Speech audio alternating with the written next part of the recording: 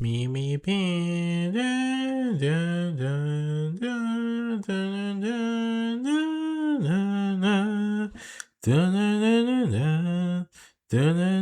da, da, da, da.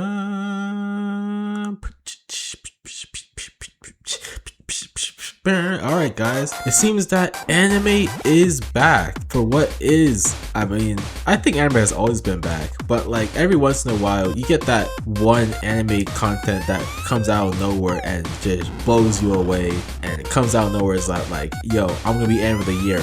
You just have to sit there like, I guess you are anime of the year. Huh, interesting. So yeah, what anime I am talking about is what you saw in the title, is Needy Girl Overdose. This anime coming up from the video game Needy Streamer Overdose. And well, let's be real here. My connection to Needy Streamer is very simple. I watched Manly Badass Hero played it, he got all the endings, and well, that's about it.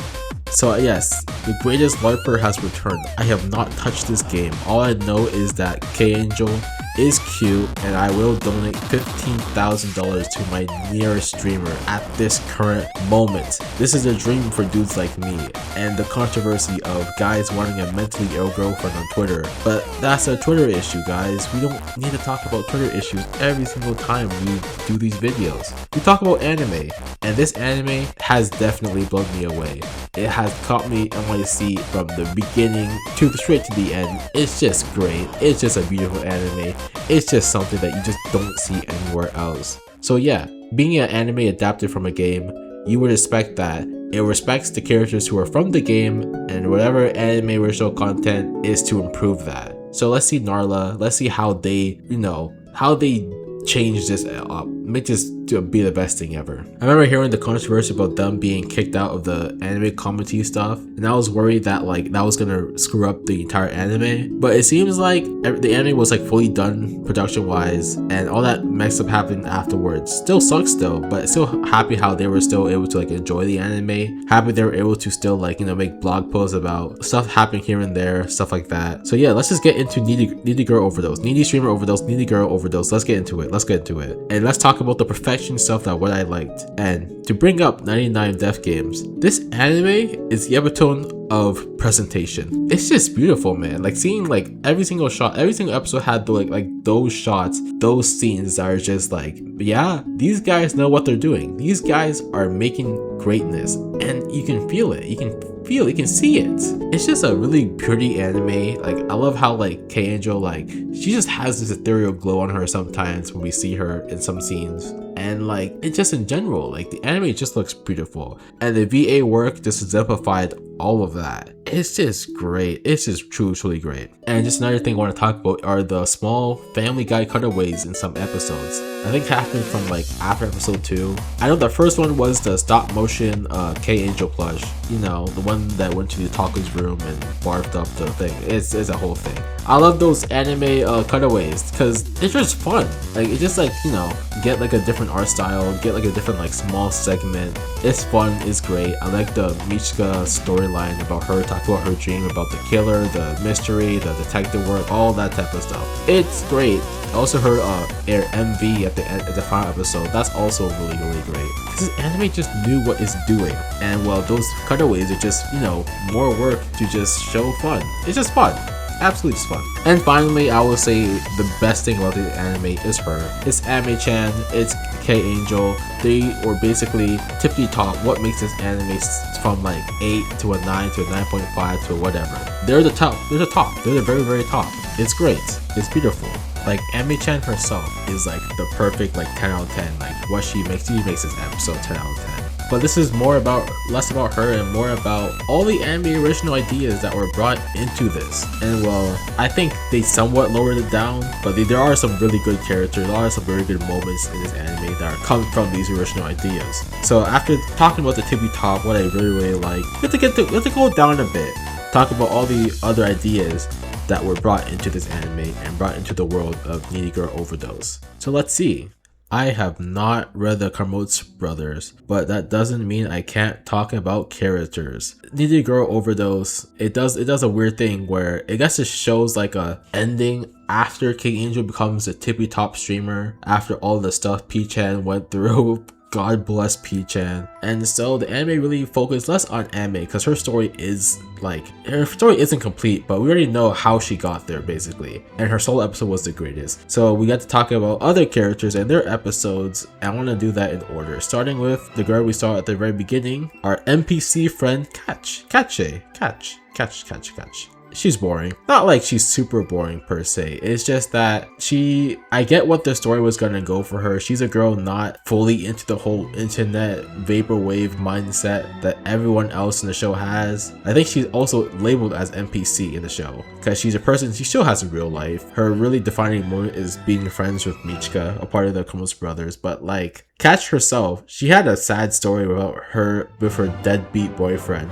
But after that, she doesn't do much. She doesn't really have interaction with K-Angel before the fall, and well, she just appears as like a side piece to the brothers wherever they do. It's a bit sad, but like she could have been something super interesting because having this girl who's not a part of the whole sphere, like get her like some talks with someone who's been diluted by the internet to be this perfect somebody, it could have been great. But Catch got blown to the wayside because this isn't her story, and she just gets started. She just gets side pieced basically until like the very end. She gets a good episode later on that we'll talk about later, but yeah, nothing really happens about her. She wants to be a nail artist. I think she dropped that like halfway through, marry somebody, and well, GG's I guess. And moving on, but it's not that bad per se, but a bad character is Purple Lollipop.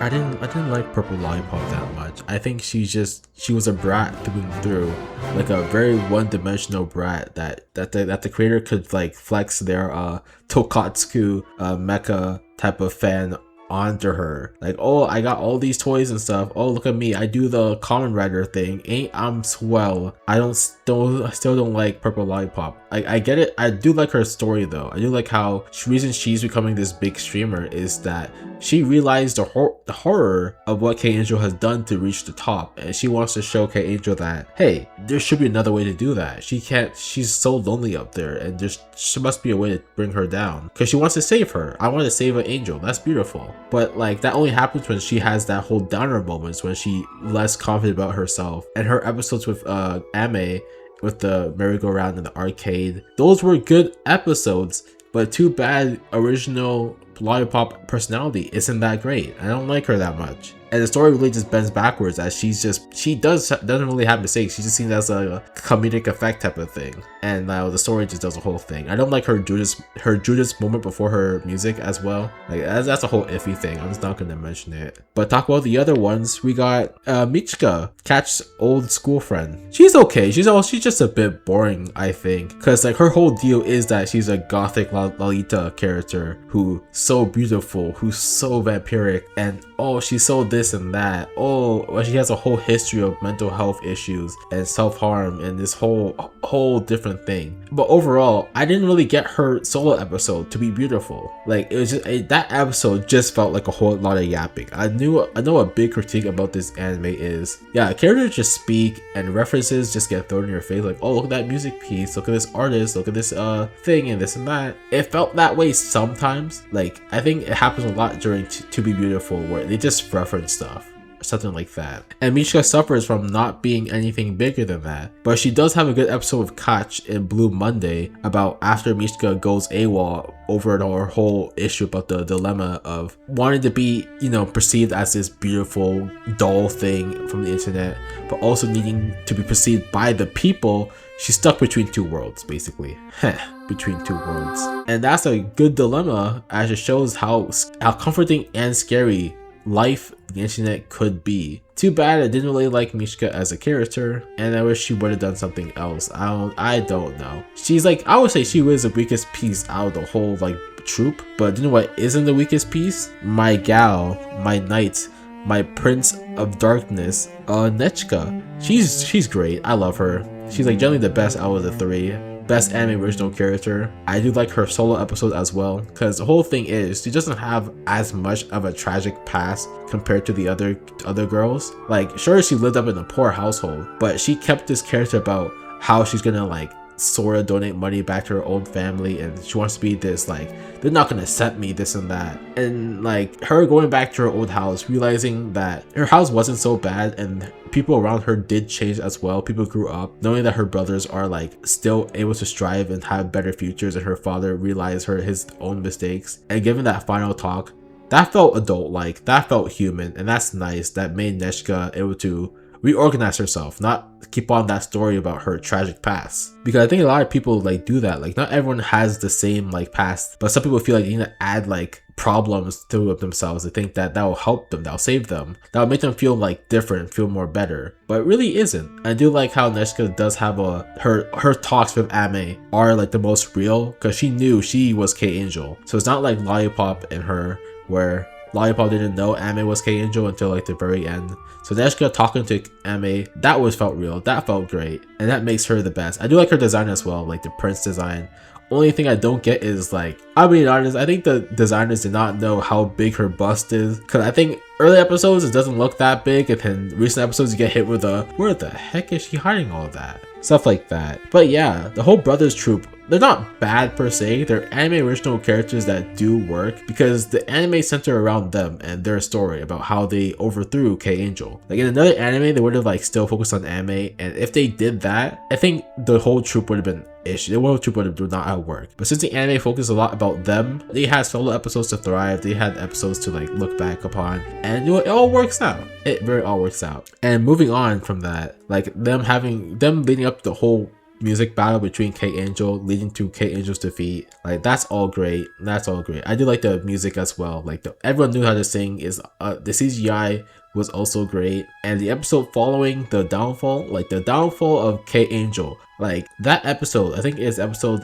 11 or 12. It might be episode 11. Either way, that's like best episode of this season. 10 out of 10 is perfection. Both, I already said it before, that both anime episodes, like her backstory episode and her episode after the music fight, they're great. They're like genuinely mind-boggling, like 10 out of 10, beautiful. I want to make a video on that second episode. It's just great. Oh my goodness. But yeah, like overall, I think another low point of this anime is that final episode. Like I went into the anime thinking, holy crap, how can they screw this up?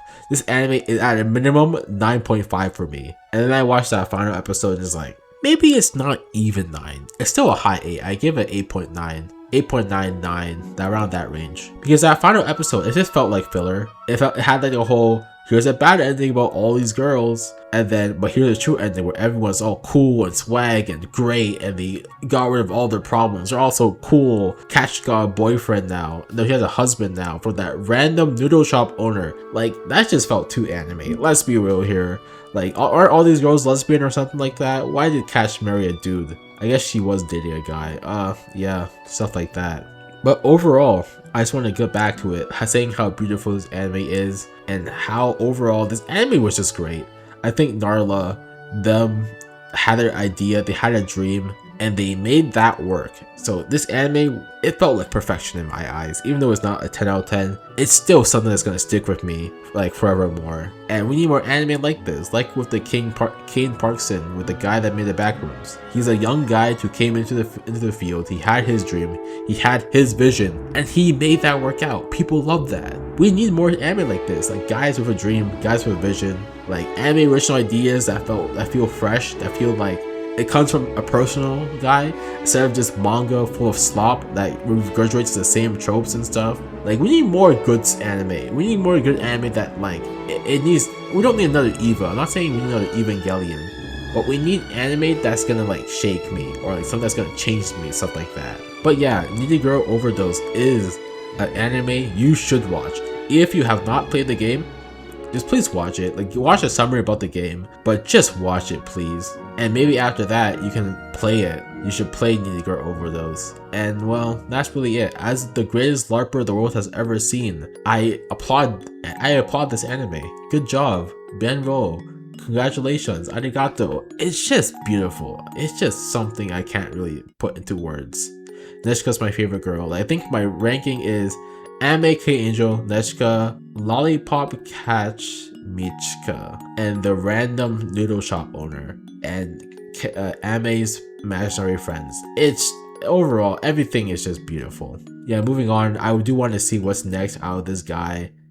I know they're making like a new visual novel type thing about you with your little sister, and I know it's gonna be crazy because this guy made this. I know this guy made this, made the internet this and that. I know they make like an anime about a visual novel about a little sister.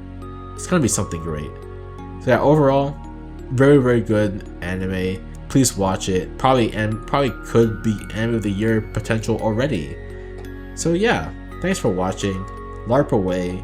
K-Angel is cute, and P-chan owes me $15 because they did not deliver me a mentally girlfriend. I'll go to your local Discord server and say I need a girl to sugar daddy with. I tell you, it will work. The girls will fawn over you guys. It's not gonna get you on the news after being stabbed 15 times, or you being clowned on as a weirdo going after girls who definitely should not have a boyfriend or a lover at that time. Like, come on guys, it's not worth it. Anime is generally probably the worst person you can be with. I don't think she likes you. Anime does not like you. K-Angel is a goddess. She does not like anybody. She's there to save. Peace, love, angel ascension, a reality without angels. Goodbye, I think. Yeah, anime ending with a anime original ending to show that it's one of many. It's a beautiful sight, don't you think? Maybe in another life, K-Angel will be something greater. Bless, bless, bless.